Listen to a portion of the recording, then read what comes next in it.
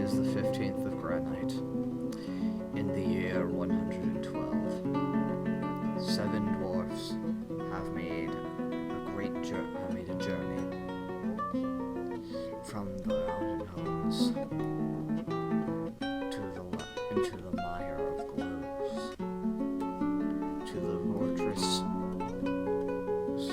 known as CopperBlockade.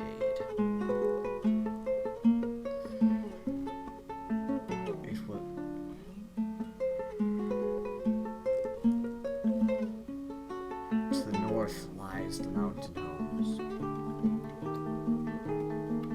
a freezing place where hardly anything lives.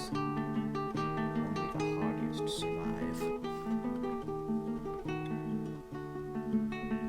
To the east are the goblin hordes of the deceiver of buzzards. Horrific creatures that show no mercy towards any that are unlucky enough to be subjected to their malice.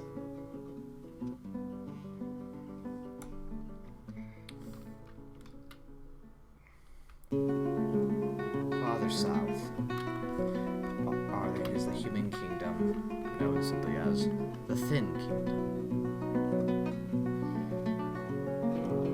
Humanity, a somewhat barbaric people to be certain, not yet to accept true civilization in its true form. But they are friendly people who have shown us great mercy, gifts, and even friendship. Far to the southwest lie a group of savage barbarians known as elves. We have no real contact with them, luckily, but from what I've heard, they're cannibals. They look down on any form of agriculture, and even have strict faith that mandates that all those who harm their forest are to be exiled.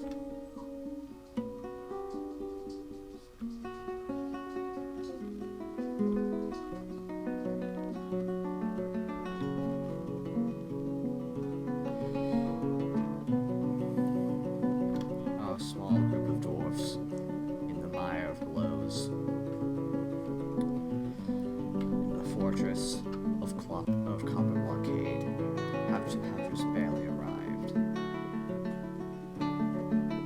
Searching for minerals, but more importantly, a new home,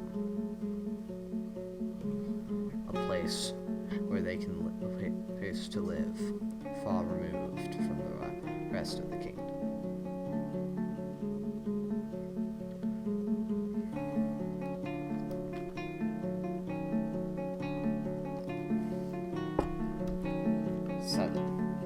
Only 7. It is monstrously cold, as it always is in the north. But does not matter. We must continue. I am Rovadro McDorald, a chronicler of sorts. I have journeyed far,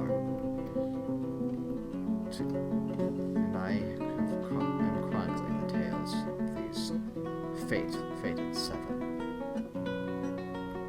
and the fortress they were to found.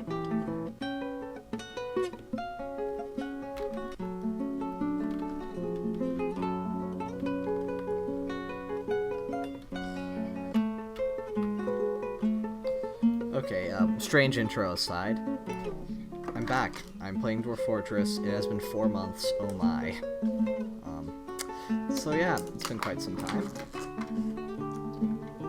apologize that it's taking so long for me to upload again. I am playing on a new computer using a new operating system. And it is far better than my old computer. I'm going to say that immediately.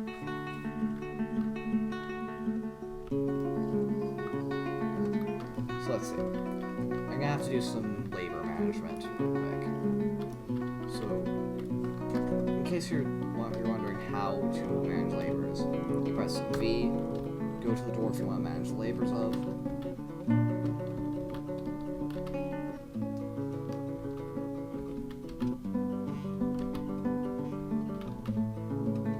And once you find them, you hit P for preferences, and then L for labor. You get a general list of labors. There's a lot of games that do that. Okay, well, no, sorry. Okay, this is a lot more complicated than most other games do, right? Most other, like, fort building games, or, you build, like, outposts or something. This has a fairly complicated labor system. In fact, there are a variety of different resources that use to make this easier, such as Dwarf Therapist, but I am not using any of those modifications. I am using a few custom modifications that I just threw into the raws, mainly adding a couple new items, such as padded jacks, gambeson, and a surecoat item, or surcoat, however you pronounce it. I also modified some item names to be a bit more accurate to what they, well, definitely not accurate to what they would have been called in history, but still more accurate, because a lot of the terms that we have in the modern day are not the terms they would have used in actual medieval history. In actual medieval history, if you had a sword, you probably would have just called it a sword. You wouldn't call it anything special, like an arming sword, or a long sword, or a short sword. No, you just call it a sword.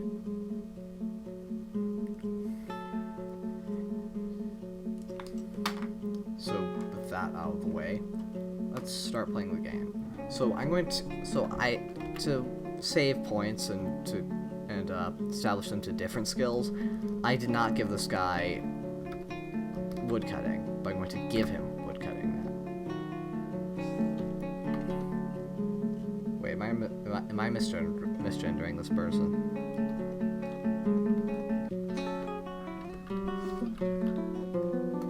I might be misgendering this person. Yep, I am misgendering this person. Anyway, so Ascend. Okay, so the only other language I'm familiar with that has umlauts is German, and they don't put umlauts over the E's much. I think I've seen it happen either. I think I've seen that a few times, but not enough for me to fully memorize the pronunciation. Anyway, I send and also same with that thing. I have no idea what that is. It's like I don't know how you pronounce that.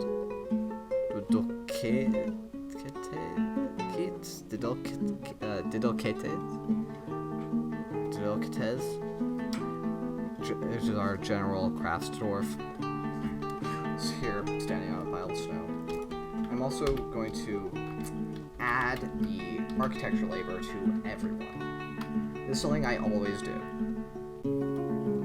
So V, of course, preferences labor, and then go to other jobs, enable architecture. I do not enable architecture on my miners,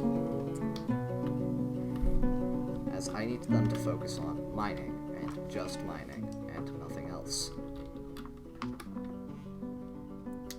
Okay, I've established that all of my non-mining dwarfs should have the architecture labor.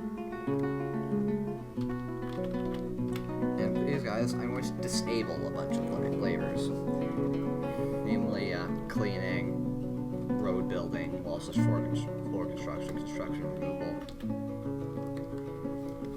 This is mainly because I want them to focus on digging, which is what they should be doing. I'm also going to disable most forms of hauling, except for burial, because I just feel like everyone should be capable of doing that. You know, of hauling the dead from place to place in order to bury them.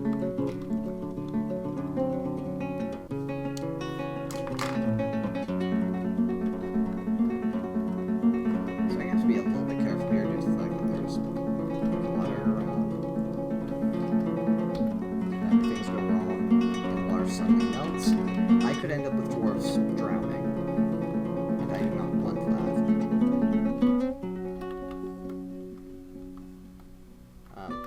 Drowned dwarves is not a good thing.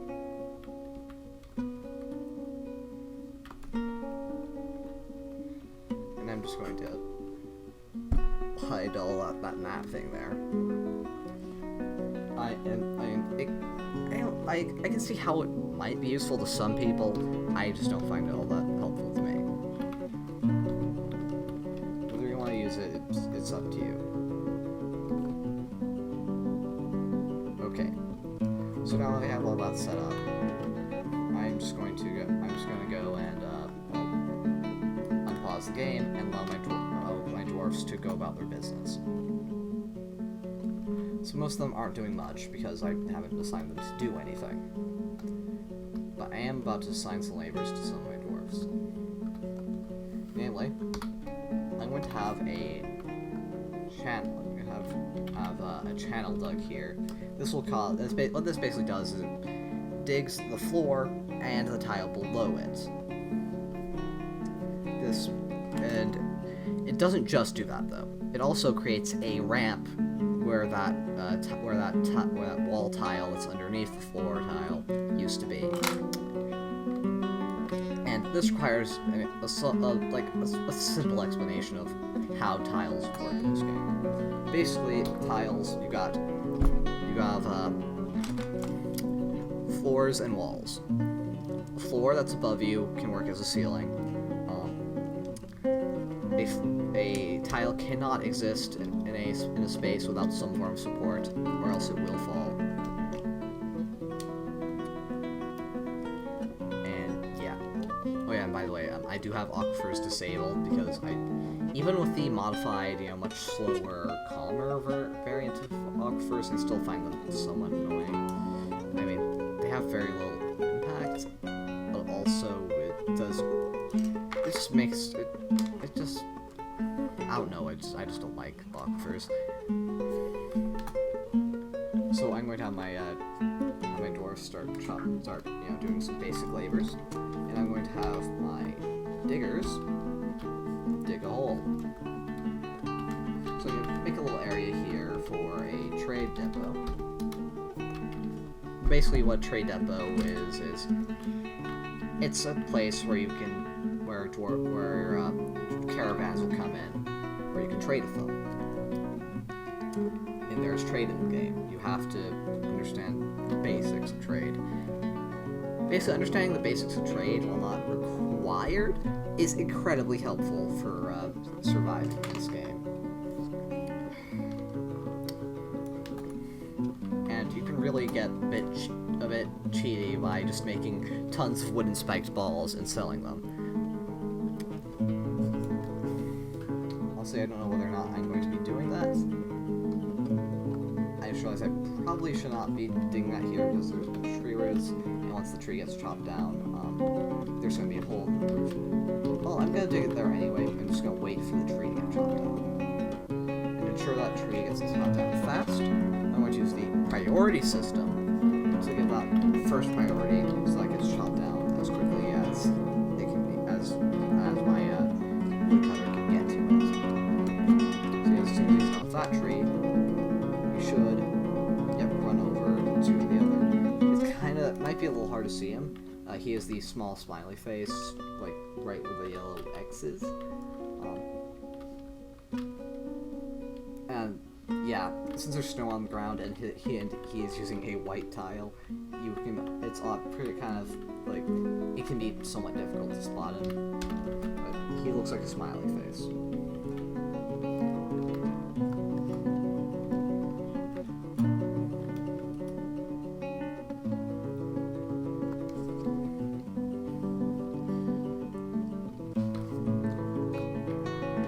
So, okay, now the tree is gone. I'm going to have them have my miners continue to dig out the little area for the trade depot.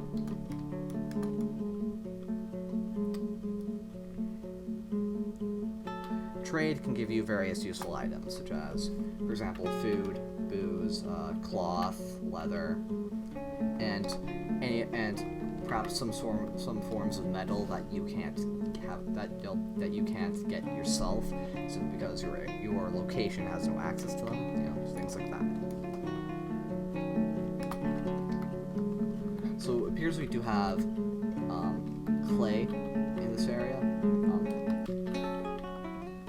Okay, I don't think sandy loam counts as sand, so it's just somewhat unfortunate.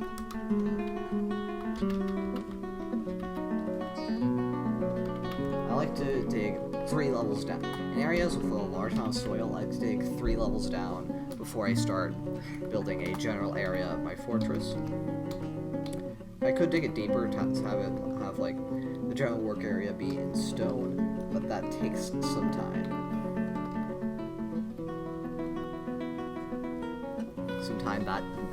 Sometimes that isn't always available.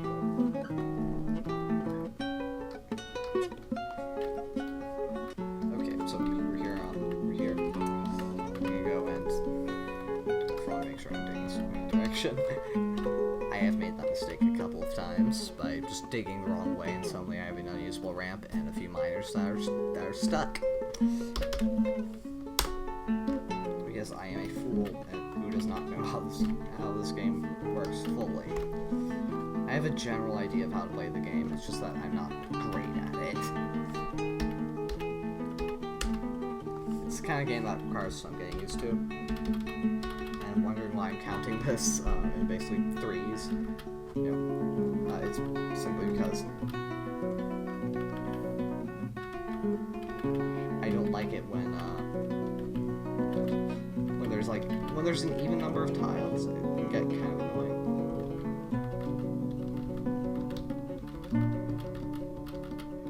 Because there's a simple idea that you can't have anything that's dead center. Because most things from most workshops are 3x3. I build a lot of things in a 3x3 grid, so having things in groups of 3s really helps.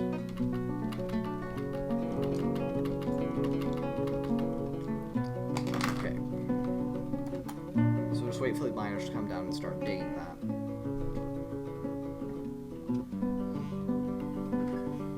So you notice this layer is red sand.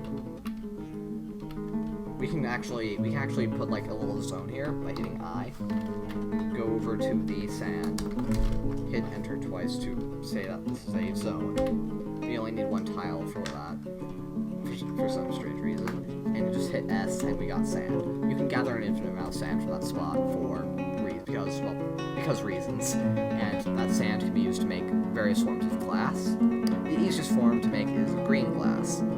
So because all it requires is sand and a unit of charcoal or coal coke. The big difference is the source, basically how you get it. Charcoal is obtained by burning wood, whereas coal coke is obtained by going to a smelter, and for one, you're going to require a pre-existing piece of fuel, so you're probably going to end up making at least 1 unit of charcoal anyway, and smelting various forms of coal in that, and they'll produce coal coke, which basically the idea is that 1 unit of coal will equal many units of coal coke, which is useful. Basically allows you to obtain a lot of fuel very quickly. Charcoal is renewable because trees regrow, but it's a lot slower to produce. Oh yeah, and I have minerals fairly common. I set mineral scarcity to 400.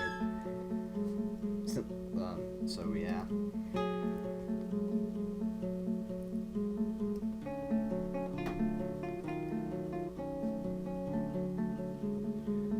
I changed a few of the weapons, like, size stuff, so that I can now equip dwarves with two-handed weaponry and whatnot. And I enabled two-handed weaponry in dwarfish crafting, so you can make actual superior versions of those weapons, because the things you trade from human merchants and stuff typically aren't nearly as high quality, and they're never made of steel, as dwarfs are the only they're the only race that gets steel working.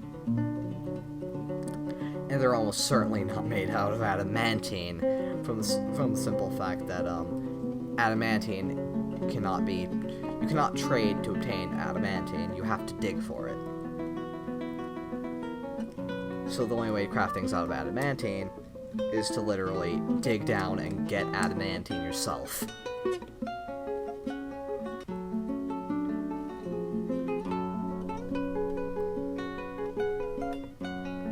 I just have a cat roaming around the fortress. Cats are useful because they get rid of vermin, but also they can get somewhat annoying. As let's say if you have two cats, one of like a female and a male, they'll breed, and basically it'll result in what is known as a cat explosion, which will happen very quickly. Because as it turns out, cats tend to have very massive litters of large amounts of cats, which can cause large amounts of lag, and it can cause, well, not lag, because lag is internet based. But anyway, it can cause heavy amounts of frame rate loss. So I'm gonna build some workshops. BWC to create a carpenter's workshop. Carpenter's workshop, it's basically a general area where you use to build wooden objects. Mason's workshop, which is used for building objects out of stone, which is press M from the W menu to do that. Well, BW. B is build, W is workshop, C is carpenters, N is masons. This is where things get a bit awkward. It's because there's multiple stations that have the same first letter, so you have to use for example, for Dwarf Workshop, you can't use C because that's Carpenter's Workshop, so you have to press R. By the way, all key inputs in this game are case sensitive, so you do have to bear that in mind. I'm gonna check how long I've been recording for. 23 minutes. So yeah, I'm just gonna get this set up and then end the episode there. We'll end the episode here. So I'm not gonna be recording every single thing that happens in this fortress, simply because that is a bit boring. Basically, whenever something interesting happens, I might start, whenever I'm doing something that's rather important, or something interesting happens, or if I want to show you something, I'll record there, make an episode, and then I'll show it. Then you can see what thing I did, or what happened, or something.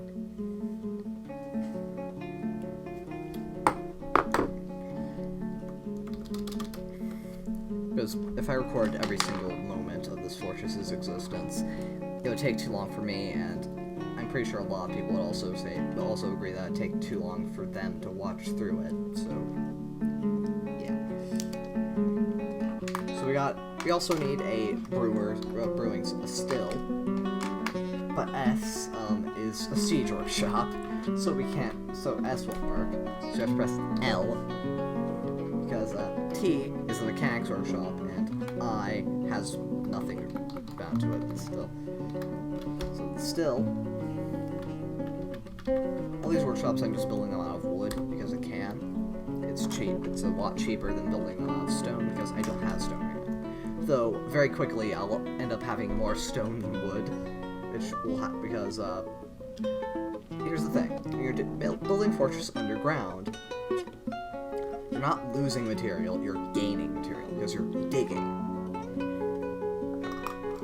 So you'll quickly gain large, and I mean large, amounts of stone. point that can actually get pretty ridiculous. So the mechanics workshop with T. I'm gonna build a couple other miscellaneous workshops. A jeweler's workshop over here.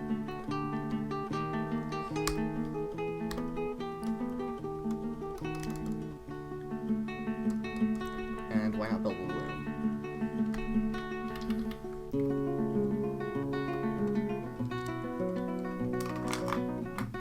In order to get more workshops in that row, I'd have to expand this. But this is simply a temporary space. I'm probably going to have on a separate layer a whole area of that's just pure workshops, where you can just get tons of different workshops of either same type or different types just out all at once. So, which is going to be especially helpful when I have more dwarfs that require more resources, but also more dwarfs means you have more of a workforce to make those resources, or sorry, obtain those resources and make items with them. So I also want to build a forge and stuff, but I don't have any stone yet, so I can't do that quite yet. By the way, those are some basic workshops built. The dwarves will eventually come over and build those. You do need the related labors to get them built, so that loom is not going to be built for a while. But the general space of that, it is still there, kind of. The idea is that same thing with Jeweler's Workshop. So while they're not getting built right now, they will get built eventually once I get those labors enabled. By the way, that's rough. That's about it for now. Okay, when I chop the trees, it's just DT. DT, and digging is DD. Whereas channeling, DH, stairs, downstairs DJ, upstairs is DU, up downstairs is DI. If you're having a multi-level staircase, you are going to need more than one kind of stair. For example, in order to get up and down from level, you need a downstair to get down, then an upstair to get back up. But if you're having it more than just 2 levels, between the upstair and the downstair, you need up-downstairs, which work as either an upstair or a downstair.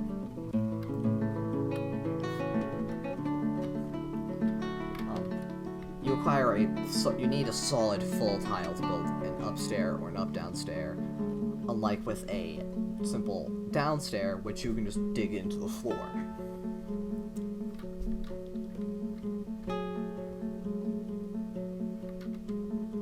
So yeah, that's part 1 for this little fortress of CopperBlockade. I'll hope to see you next time. Hopefully, if you liked it, you can like. If you enjoy my general content, not that there's all that much, you can subscribe. And that's all for now.